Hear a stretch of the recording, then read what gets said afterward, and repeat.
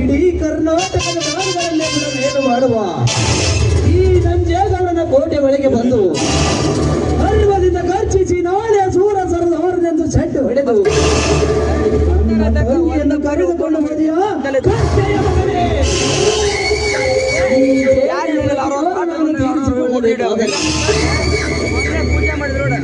ನಿನ್ನ ಮನೆತನವನ್ನೇ ಸ್ಮಶಾನ ಮಾಡಿ ನನ್ನ ತಂಗಿಯನ್ನು ಕರೆ ತಂದು ಸರ್ವ ಆಸ್ತಿಯನ್ನು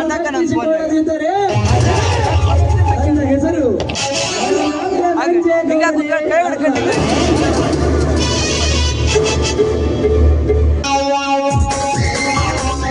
ಮತ್ತೇಕೆ ಇಲ್ಲಿಗೆ ಬಂದಿರುವೆ? ಗೌಡ್ರೆ, ಬೇಡ್ಕೊಳ್ತೀನಿ, ನನ್ನ ನಿಮ್ಮ ಮನೆಯಲ್ಲಿರೋದಕ್ಕೆ ಅವಕಾಶ ಮಾಡ್ತೇನೆ. ಈ ಮನೆ ಬಿಟ್ಟು ನಿನ್ನಂತ ನೀತಿಗೆಟ್ಟವಳನ್ನು ನನ್ನ ಮನೆಯಲ್ಲಿ ಇಟ್ಟುಕೊಳ್ಳಲು ಎಂದಿಗೂ ಈ ಜನ್ಮದಲ್ಲಿ ಸಾಧ್ಯವಿಲ್ಲ. ಇಲ್ಲಿಂದ ದಯವಿಟ್ಟು ಹಾಗೆಲ್ಲ ಮಾತಾಡಬೇಡಿ. ನಿಮ್ಮ ಹೆಂಡತಿಯಾಗಿ ಇಲ್ಲ ಅಂದ್ರೂ ನಿಮ್ಮ ಸೂಳೆಯನ್ನಾಗಿ ಇಟ್ಕೊಳ್ಳಿ. ಈ ಮನೆ ಬಿಟ್ಟು ಹೊರ ಹಾಕಬೇಡಿ ನನ್ನನ್ನು.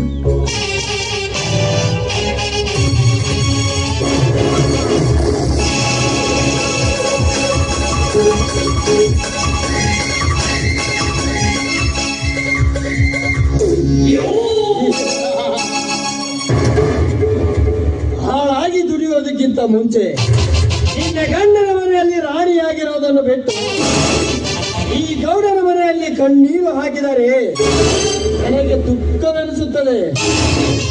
ಈ ನಿನ್ನ ಕೆಟ್ಟ ವಿಚಾರವನ್ನು ಸುಟ್ಟು ಹಾಕಿ ಈ ಮನೆ ಬಿಟ್ಟು ಹೊರಟು ಹೋಗು.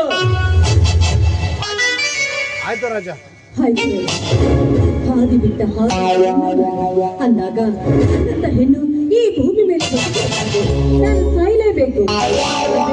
ನಾನು ಸಾಯೋದಕ್ಕಿಂತ ಮುಂಚೆ ಈ ಕಾಂಕ ಗೋಮುರ ಎದುರುಗಳನ್ನು ನಾನು ಮೆಟ್ಟಿ ಸಿರಲೇಬೇಕು. ನೋಡಿ, ನಿಮ್ಮನ್ನು ಕೊಂದು ಹಾಕ್ಬೇಕಂತ ಆ ರಣವಿಕ್ರಮ ಮತ್ತೆ ನಮ್ಮ ಮಾವ ಇತ್ತ ಕಡೆಗೆ ಬರ್ತಿದ್ದಾರೆ. ಅವರನ್ನು ಸುಟ್ಟು ಹಾಕಿ ನಾನು ನನ್ನ ಪ್ರಾಣವನ್ನು ಬಿಟ್ಬಿಡ್ತೀನಿ. ತೆಗೆದುಕೋ ಸರೋಜ, ತೆಗೆದುಕೋ. ನೀನು ಅವರನ್ನು ಸುಟ್ಟು ಹಾಕಿದರೆ ನಿನ್ನ ಕೊರಳಿಗೆ ಮಾಂಗಲ್ಯವನ್ನು ನಾನು ಕಟ್ಟುವೆ. ಗೌಡ, ಹೆಣ್ಣು ಮಕ್ಕಳಿಗೆ ಮೋಸ ಮಾಡಿ ಶೀಲಹರಣ ಮಾಡಿದ ನಾಯಿಗಳು ನನ್ನ ಶೀಲವನ್ನು ಉಂಡಿದ್ದಂತೆ ಬಿಟ್ಟು ಹೊರ ಹಾಕ್ತಾ ಇದ್ರಲ್ಲ, ಮತ್ತ ಕಾವದ ನಾಯಿಗಳ ಬದುಕಬಾರ್ದು.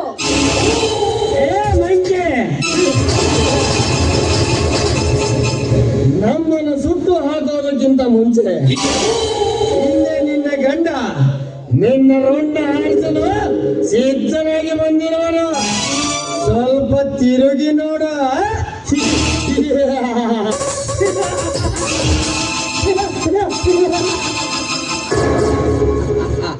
ನಾನೇ ಸೂರ ಸರದ ಎಂದು ಶೌರ್ಯತನ ತೋರಿಸಬೇಡ ಸರೋಜ.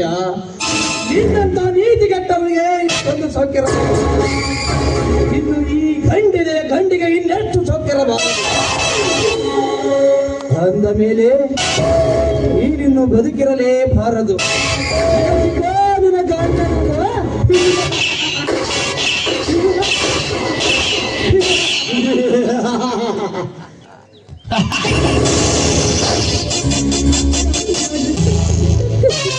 ನನ್ನ ಜೀವನದಲ್ಲಿ ಕಟ್ಟಿಕೊಂಡ ಗಂಡ ಕುರುಡನಾಗ್ಲಿ, ಕುಂಟನಾಗ್ಲಿ, ಸುಳ್ಳನಾಗ್ಲಿ ಅಂತ ಜೊತೆ ನಾವು ಜೀವನ ಮಾಡಲೇಬೇಕು. ಗಂಡನಿಸಿದ ಜೀವನ ಗಂಡುಳ್ಳ ಗರ್ತೆ ಎನಿಸ್ಕೊಂಡು, ಆದ್ರೆ ನಾವು ಇಂಥ ಕಾಮುಕರ ಬಲೆಗೆ ಬಿದ್ದು ದೇವರಂತ ಗಂಡನಿಗೆ ಮೋಸ ಮಾಡಿದಂತೆ ಈ ಸಮಾಜದಲ್ಲಿ ಸುಳ್ಳಾಗಿ ತಿರುಗಬೇಕಾಯ್ತು. ಇಲ್ಲ, ನಮ್ಮಂತ ಕಾಮದ ಹೆಣ್ಣುಗಳು ಈ ಭೂಮಿ ಮೇಲೆ ನಿಜವಾಗ್ಲೂ ಬದುಕಬಾರದು. ಹೌದು, ನಾವು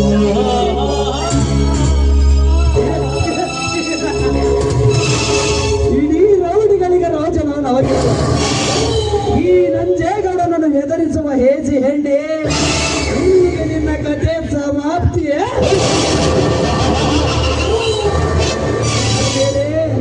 ನಾನು ಮಾಡಿದ್ದೆ ಮಜಾ, ಪಟ್ಟಿದ್ದೆ ಸಜಾ. ಏ ರೌಡಿ ರಾಜ, ನನ್ನ ತಂಗಿಯನ್ನು ಕರೆದುಕೊಂಡು ಬರಬೇಕಾದರೆ ಆ ಕಪ್ಪತ್ತ ಗುಡ್ಡದಲ್ಲಿ ಗಡ್ಡ ಬಿಟ್ಟುಕೊಂಡು ತಿರುಗುತ್ತಿರುವ ಆ ದೊಡ್ಡ ಧರ್ಮರಾಜನಿಗೆ ಕೊಟ್ಟು ಬೆದರಿಕೆಯನ್ನು ಹಾಕಿ ಅವನಿಂದಲೇ ನನ್ನ ತಂಗಿಯನ್ನು ಪಡೆದುಕೊಂಡು ನನ್ನ ಸರ್ವ ಆಸ್ತಿಯನ್ನು ನಾನು ದಕ್ಕಿಸಿಕೊಳ್ಳದಿದ್ದರೆ ನರಹಂತಕ ನಂಜೇಗೌಡರೇ ಅಲ್ಲ.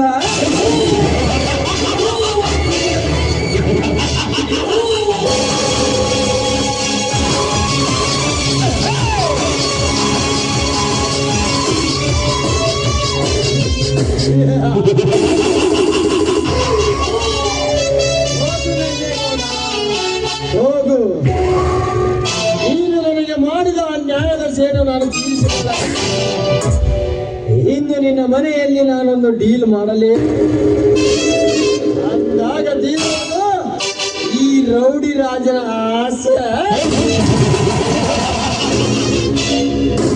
ಅನಂತರ ಬರುವುದು ಮಗನೇ ನಿನ್ನ ತೊರಳಿಗೆ